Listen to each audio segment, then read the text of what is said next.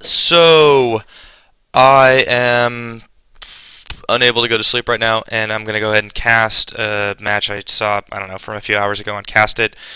And we'll get into it. It's an old Wings of Liberty match, so Diamond League though should be fun. Let's give this a try then. I'm gonna pop over into the game and download the replay and load up the replay. And there it goes.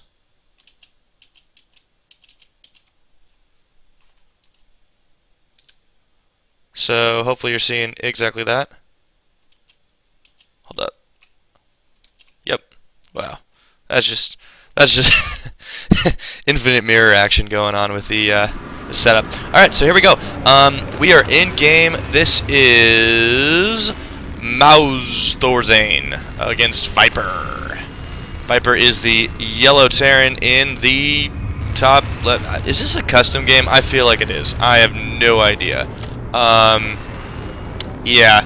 Anyways, but we'll pop it in. MouzThorZain, the red Terran, over on the left. And up in the... let's just go top middle. We got ViperXk. Alrighty, I like it. I dig it. And we're getting into game. Let's see what's going on here. Starting pretty basic. Early wall offs going down. Yep. So I don't actually know what map this is. I totally missed it in the loading screen. I feel like it's something custom. Forgive me again if I'm entirely retarded. I haven't really played Wings of Liberty in a while, and I only just got back in with HOTS going down. This is like my third or fourth cast like ever or whatever. So if I don't, yeah, I don't even know the map. I don't even know how to get the map, but yeah, we'll see. We will see how this. Cannot talk. We'll see how this match goes. Just damn, complete mirror moves right now with the scouting. Although, looks like MouzThorZain, not the actual ThorZain, I would imagine. I don't believe that ThorZain is in Diamond. Is scouting over here on this, right-hand side in the middle, and I guess yeah. So you can spawn in any of these areas. It looks like Viper got lucky and went ahead and was able to scout the actual area first, and he's just sort of going to see a basic wall off going on. Meanwhile, Viper is taking a fast expansion. Pretty ballsy move, but then again, MouzThorZain doesn't exactly know where he is. So, he's about to find out, though. And he might take advantage of this if he scouts it. Oh, I do not believe he did. So, yeah. Alright. He's just sort of sitting there now and, not even really doing a whole lot with it. But he's getting chased out of the base by a couple of Viper's SCVs, and he still doesn't see this expansion going down. He might have caught it on the way up, but that was such a tight corner, it's hard to tell. I don't really want to rewind and go back, but we'll find out exactly.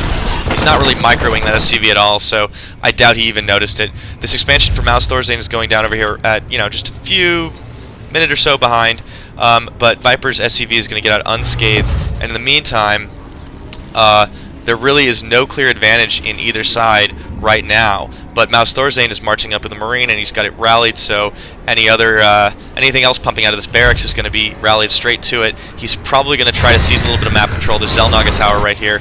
Is he going to sit at that? Oh no, he is going a little more forward, and he's probably going to do a little bit of damage to this command center while there's not a whole lot on the barracks of Viper. So we'll see what happens. And instant upgrade to an orbital. This one is also upgrading for Viper. He's probably going for some seriously fast tech right now. And this Marine's just sort of going to march in there and see what happens. He's going to take out one or two SCVs before really Viper has any chance to do anything. But here comes this Marine. He's out for blood. He's going to get that Marine, and then there's going to be... oh, escape, got away. Excellent.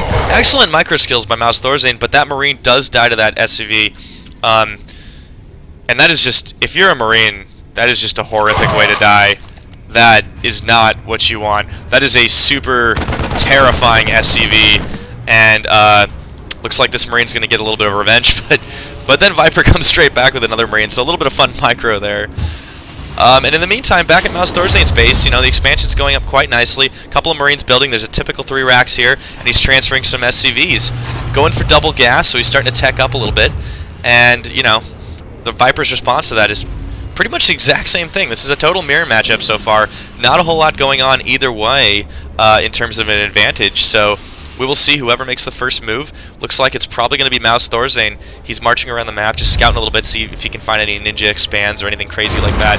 And he's going to seize control of both the Xel'Naga towers, just in case some sort of force. Man, I just can't talk. I think, you know, I had a bunch of tea earlier, and it was really hot, and it kind of burned my tongue a little bit. So I've been sort of talking like this the whole time. But I'm going to try to get over that. And in the meantime, ThorZain is pumping out a bunch of Marines over here. Not really doing anything with them, but he's got a factory coming up. He's got 2 reactors building. And this little strike force of Vipers is going to be taking out this lonely Marine at the Xel'Naga tower. Unless he sees it in time, gets away. Excellent, he does. You know, I mean, map awareness, that's always good to have. This Marine is probably going to be forced off the Xel'Naga tower as well, but this force that Viper has is so much better, and I want to see the upgrades, and I could not remember for the life of me the actual upgrade tag. Wait a minute, I don't even... Production. What? I didn't even see it. Where's the... Is that, like, not available in Wings of Liberty, or am I just stupid? I don't... doesn't matter. Anyways, MouzThorZain's moving out. He's marching back up the Xel'Naga tower. They've both got a reasonably sized force, but you know, I don't really see this going anywhere, as you know, except for trading a few Marines here and there. Upgrades are actually, it looks like Viper is doing much better on upgrades. He's almost got stim done. His one attack is, you know, a little bit behind MouzThorZain's, but he's also got a lot more going on by way of his base. He's got his orbital command up and running over here. The third one, sorry, forgive me for that. And he's got a couple of E-bays going down, another starport, so he's probably going to start getting some medevacs going, and maybe do a couple of drops over here on MouzThorZain, but we will see. So I'd imagine he's going to be picking this orbital up and probably dropping it somewhere around here, somewhere around here, somewhere around here. I don't know. We'll see what happens. He could even drop it on this if he gets a, you know, medevac drop and clears the rocks away, takes out the lair platform. And there goes the factory and the starport swapping for this reactor, so we can pump out a couple of really quick medevacs. And there goes down the rocks. So it looks like this will be the place that he expands, but MouzThorZain is gonna see when this happens. I don't know if he'll be able to do anything about it. He's just got, you know, a bunch of Marines and a tank. He's not really going anywhere with them. He's just sitting at his base, expecting something to happen, or just turtling. And in the meantime, it looks like Viper is probably gonna be a little bit ahead in terms of units. Well, he's definitely got a higher supply going on right now, and you know, he's taking his time. He's getting these medevacs ready for prep for drop. But there goes an orbital sweep, and he is going to see, MouzThorZain is going to see everything that Viper has by way of an army, and he's going to be able to tell when one of these drops is coming in. So not much of a surprise there, but this lonely Marine is going to scout everything that happens in the next few moments. And those SCVs are in for a surprise. And a little strike force sent to deal with that. Cool. Good sauce. Clearing it out, but he's going to know exactly where this expansion is going down, and he's not going to do a thing about it. So MouzThorZain, he's popping up for another expansion, probably around here, with that other command center morphing into an orbital. He's spread a little bit thin, though. I mean, this is not a good position for him to be in. He wants to be moving around the map. He does see what's going on with the Xel'Nagas. He knows there's nothing else a big threat to him, but he's not going to see this drop coming from in behind. He is prepped for it, and, you know, Viper's probably going to lose all these units, especially with that missile turret there. But he's not doing anything with these units that he really should be. And oh, down goes Viper's medevac. He was not quick enough on the micro. That is an excellent missile turret placement, and all those Marines just get completely annihilated. That drop was not a success. TvT, standard basic play, and yeah.